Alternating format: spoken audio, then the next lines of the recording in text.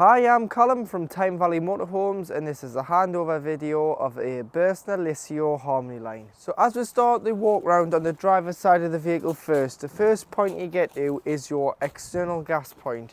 So using the small key, you can unlock this, and in here you do have a point where you can hook up to the bottles on board the vehicle so that you can do some outdoor cooking on a kayak or external barbecue. So all you need to do is get a quick release connection which pushes into here, some orange gas hose and some Jubilee clips to connect it all together, and you'll be able to turn the gas tap on when the quick release connection is plugged in, and this will provide gas from the bottles on board the vehicle to this point. Underneath you've got your toilet. So this is a chemical toilet and it's a Fetford. So when the toilet indicates that it's full, what you'll need to do is lift the orange handle up and slide the cassette out. You'll then be able to either carry it or wheel it to the disposal point, which is normally beside the toilet and shower block on site. To empty, all you need to do is remove the grey cap, pop the grey cap to one side for a moment, start to pour the contents of the cassette out, and as you start pouring, just press this orange button here on the back of the cassette. Allows a bit of air in, stops it glugging, gives it a consistent flow. Once it's empty, there's normally a tap there, so you put a bit of water in, give it a rinse, tip out again, and then go in with a cap full of chemical. This can be 120 ml of green or blue chemical into here, and then it's good to go into the van and be used. External points for plugging a TV in, but these are all Continental because Burstner is a Continental vehicle. So you've got the Continental 12 volt, so if you want to use 12 volt underneath the awning, you do just need an adapter. So a Continental 12 volt to a British 12 volt. At the back you've got your garage. So you've got a garage space. So you've got lights which come on with the main control panel. Your carpets, your awning winding handles in there. You've got tethering points which you can move these along this rail so you can tie your bits and pieces down. It's heated. It's got 230 volt in, so if you want to charge anything, electric bike batteries, anything like that, you can in here. And you do have a set of leveling blocks on the back there, Alco leveling ramps, so you can put them behind, and chocks behind the back wheels or the front wheels, depending how level the site is. On the back of the van, you've got your high level brake light, which is in with the Burstner logo, and then you do have your Dometic reversing camera.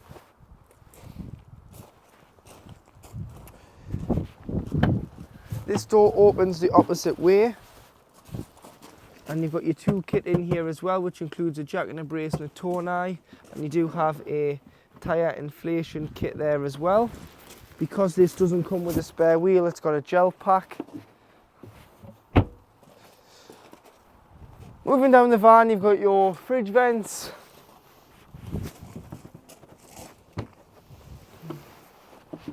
your gas locker. So this is your LPG locker, and this is our test bottle that we've got on at the moment, and it runs off propane. So this motorhome will run off propane. Don't use butane, use propane to operate all the systems, because that's what it's set up for. If you did change it to butane, what will happen is it'll freeze in the winter, whereas propane you can use all year round. So what you want to do is you want to get your bottle on. To connect the bottle, it's a thumb wheel, so you don't even need a spanner. You just hand tighten, left to tighten, right to loosen, so the opposite ways with it being gas. Then what you want to do is you want to use the straps, and you want to strap the bottle in. So always make sure the bottle is strapped in. So with these straps around the center of the bottle at the top and around the bottom, just so that it's safe and secure and it's not going to move when traveling.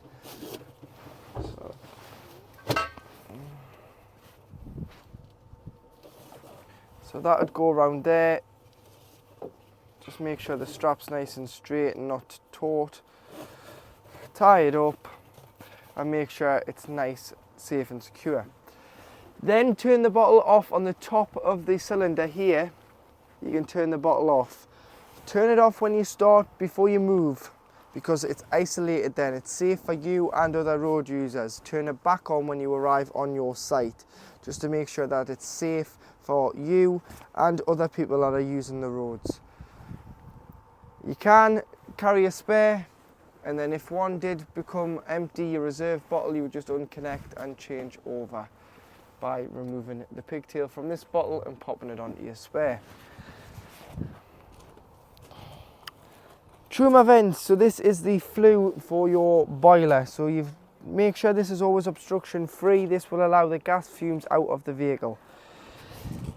In here to fill with water, so you've got a 120 litre tank. Remove this cap, pop your hose into there, carry your hose with some hose fitments, as it's mainly just a brass tap provided by the site, and that fills the fresh water. To drain it though, however, the drain's on here, so you would just turn this valve, and as you turn the valve you see the water come out. You can turn it so far, and what will happen is it will drop 100 litres of water, so it's a 120 litre tank. It will leave 20 litres in, which is kind of like a travel mode, but the pump and a tap does have to be open on board the vehicle for this to circulate out the tank. However, if you want to drain it all out, you just keep undoing the valve, and then there you go, it'll start to drain out. You've also got your boiler flue in here, so your boiler, should I say, that's your boiler flue. You've got your boiler drain in here. So this is an anti-frost drain, and it tells you there it automatically opens at 6 degrees, and what will happen is the button at the bottom will pop out. Once the button pops out, it allows the 10 litres of water in the boiler to drain directly out underneath the van down here, just to stop it from freezing. But it's very important that in the winter that you manually check it, and I normally manually open them just so I know that the water's out of the vehicle. And to do so, you just grab the toggle there, lift it, the button will pop out, you'll see the water drain out underneath the van. To stop this, turn the diamond and push the button in. If the button doesn't stay in because you're using it when it's still cold, just put the heating on without the water with this door shut. This will get airy, it'll get warm, and you'll be able to come back in 10 minutes and open that and make sure it's closed. Hookup points also here, so to hook the vehicle up, you get your hookup lead, lift the collar, slide it onto the vehicle, then the house or the site, depending on where you're charging it. If you're charging it before your trip, it would be the house if you're lucky enough to keep it on the drive, or if it was on site, you always want to hook the vehicle first. Put the wire through the door, and then you can lock this door, and the hookup's safe and no one's going to disconnect you. This handle here, which is like an Allen key, can be found on the inside of this door. It sits here. This is your wastewater handle. So it goes on here, and all your dirty water collected by the shower, the sink and the hand basin goes into a holding tank. On the way out of your site, you drive over the grid, you just want to crank this open and allow this to come out. You don't want to drive around with this because it's adding weight for no necessary need. It's dirty water, you cannot do any more with it. So allow it out, and it'll mean that you've got more payload on board the vehicle, and the vehicle isn't going to use as much diesel because it's not carrying around another 80 kilograms of dirty water.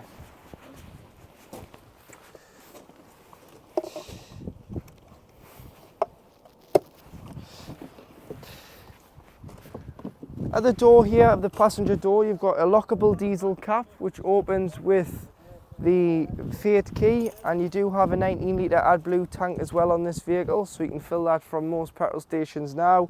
You will get a light on the dash that will illuminate when it needs AdBlue, which is just between the temperature and fuel gauge. 5.5 bar, which is 79.5 psi, is your tyre pressures, and you've got your tyre size on the top. Underneath the passenger seat you can find all your fuses.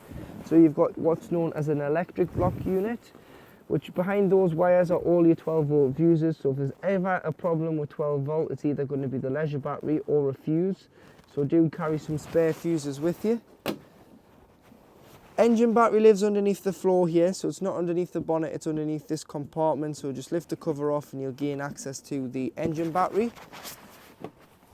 And your bonnet release is here.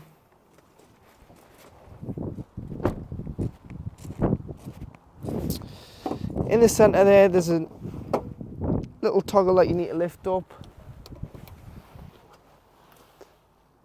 And then under here you've got all your fluids. So you've got brake fluid, 3 tabs lifts this part of the scuttle off, and you've got your coolant, your power steering fluid and your screen wash. Your oil filler and your dipstick for checking the levels, the paint code, and then if you ever need to jump start the vehicle, you'd black earth on here, air filter, lift the cover up. You may need to just put your key in, but this one's already up. This is your positive for your red, which will give or receive a jump start. So when you're on board the vehicle, this is your 12 volt control panel. So to turn the vehicle on and off, you press this button here, and this is your 12 volt on off switch. If you're hooked up, you'll get this light here which indicates 230 volt. However, if you don't, you will just have 12 volt off the leisure battery. To check the leisure battery reading, press this one here.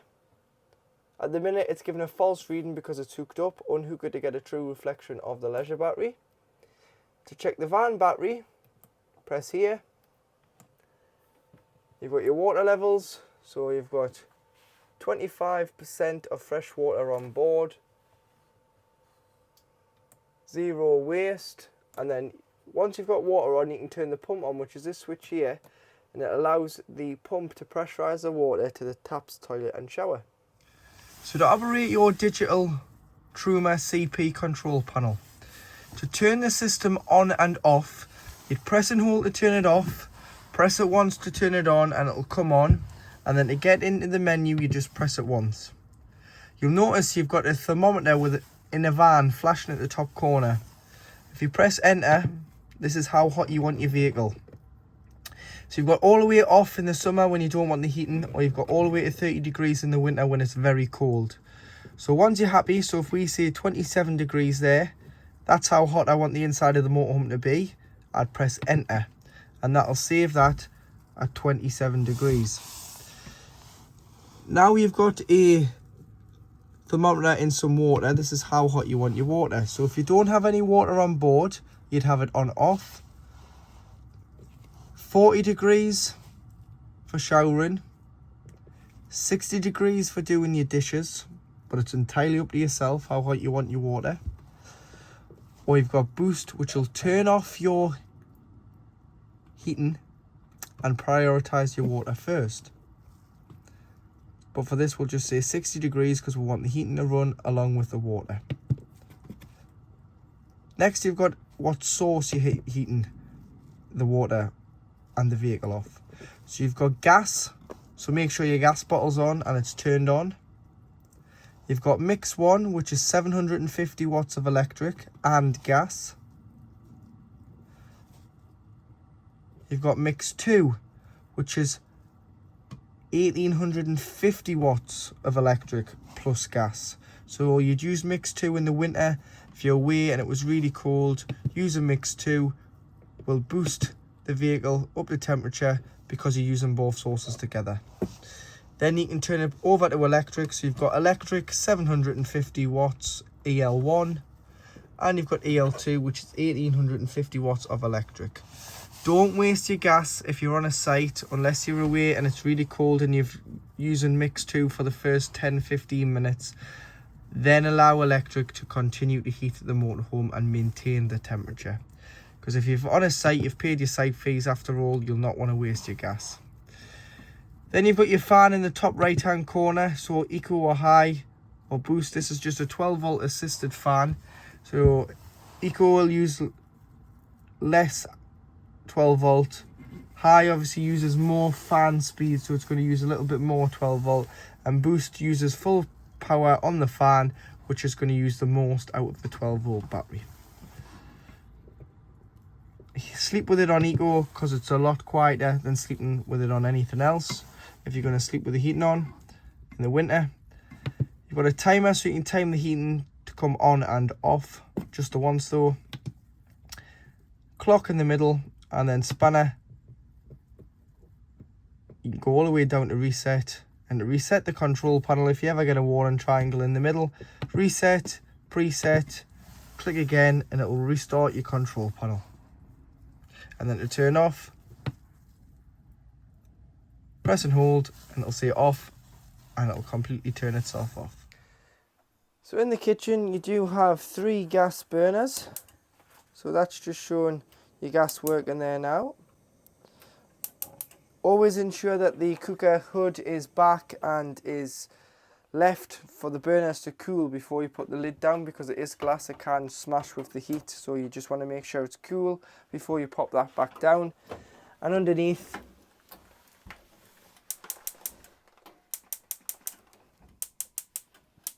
you've got an oven, and then above you've got a grill.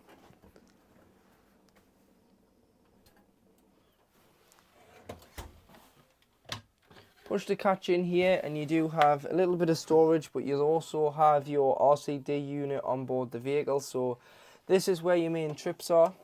So if you weren't receiving power, the best way to check is tripping the vehicle out.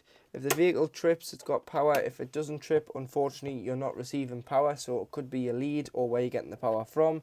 And you've got your MCBs, so a boiler might trip it, a fridge might trip it. There'll be different things wired to different MCBs, but there's 4 of them and a main trip tester. So if the vehicle does trip, try your van before you try your site. Little individual lights, you just press here to turn them on, but you can locate them anywhere you want by, you can lift them out and take them around the van. They get pushed in, you can slide them along the rail, and then to lock them in, you just make them go horizontal. Storage above. Sink cover is quite clever really, so it covers, it gives you the extra space. Slide it out to use a sink, but you've also got a place to put your dishes when drying.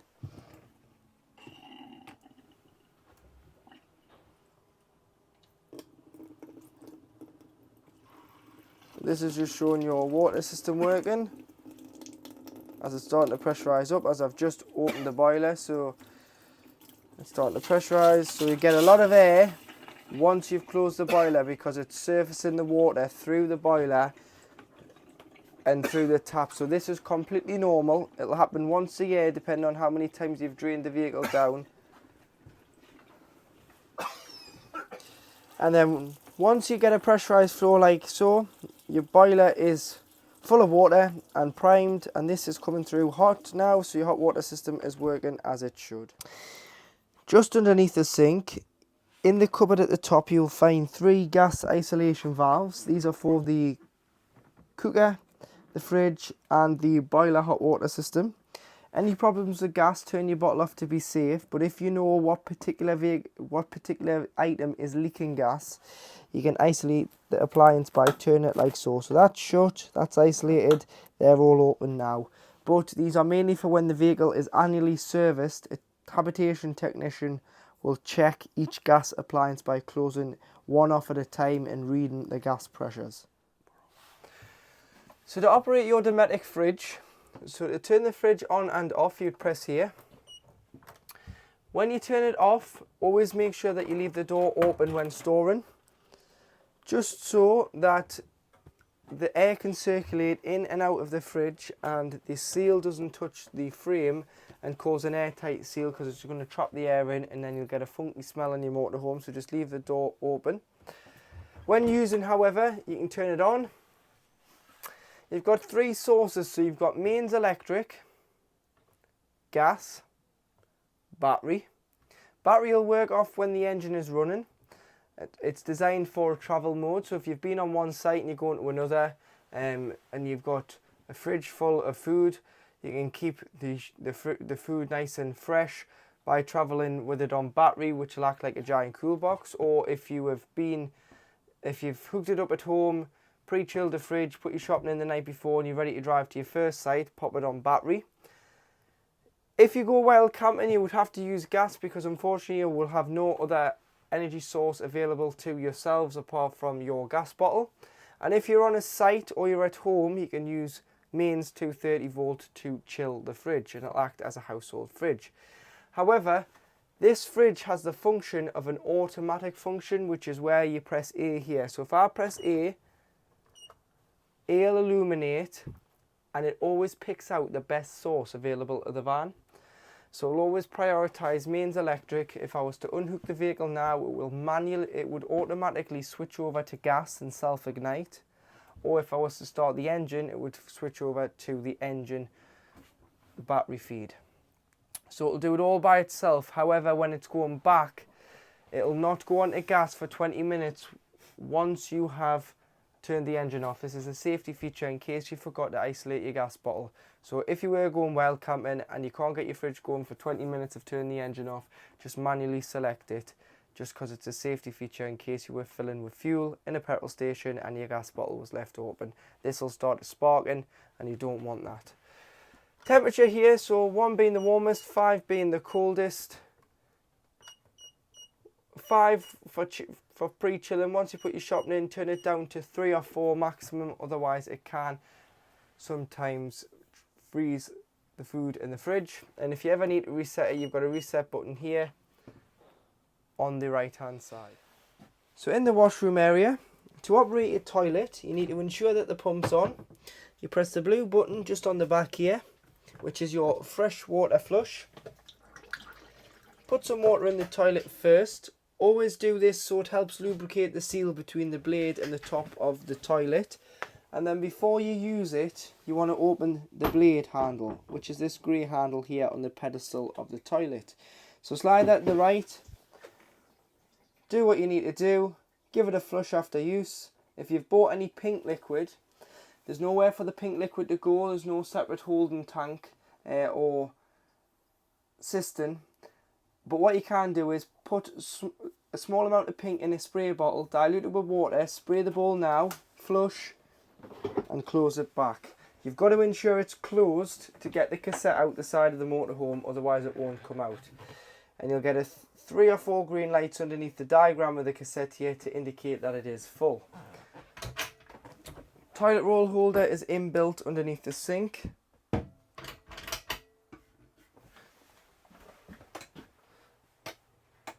You've got your shower lights on one switch and your main mirror lights on the other. Toiletry cabinet. Waterfall effect taps. And then always ensure that the shower screens are tied back with a turnbuckle when travelling. Hanging rail for wet towels, but also doubles up great for wet coats if you've been caught in the rain on a walk, because they'll drip dry. And then when you do winterize, so we talked about outside draining the boiler down. Once you've opened the boiler, the fresh and the waste would be open as well.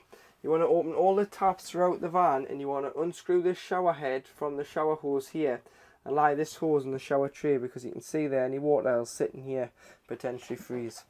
Do be careful what you clean all your plastics with in the washroom, because they are just plastic. Any thick bleaches will damage the finish of the plastic, so just use microfiber cloths, Dettol sprays or Fairy Up liquid. Nothing too harsh to clean everything, otherwise you will stain it and it will need resprayed, and it'll never be to the finish that it was at the moment, because obviously unfortunately spraying it does put a different effect on the finish.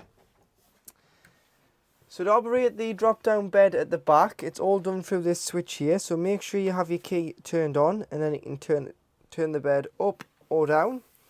So that operates it up and down, but you do have to make sure that, I would take your pillows off before you put it back up. Take your duvets off in the winter and drop it down slightly in the winter so it's not touching the ceiling when storing, just so that you don't get any condensation. You do have a skylight with a fly screen and blackout blind on there as well. But underneath, what you've got to do is you've got to remove all the backrests and the cushions on the side, which are your bolster cushions, as well as the shelf in the corner. So the shelf in the corner just clips on. That needs to come off to allow the bed to come down, otherwise you will hit the shelf. So the shelf here clips on. So it clips on like so.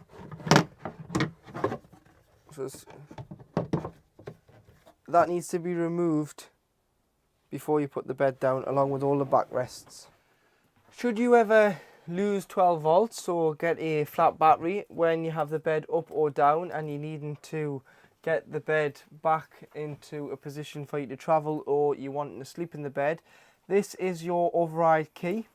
This goes in here, and then you can wind it, and it's, as you can see there, it's bringing the bed down. It's a bit of a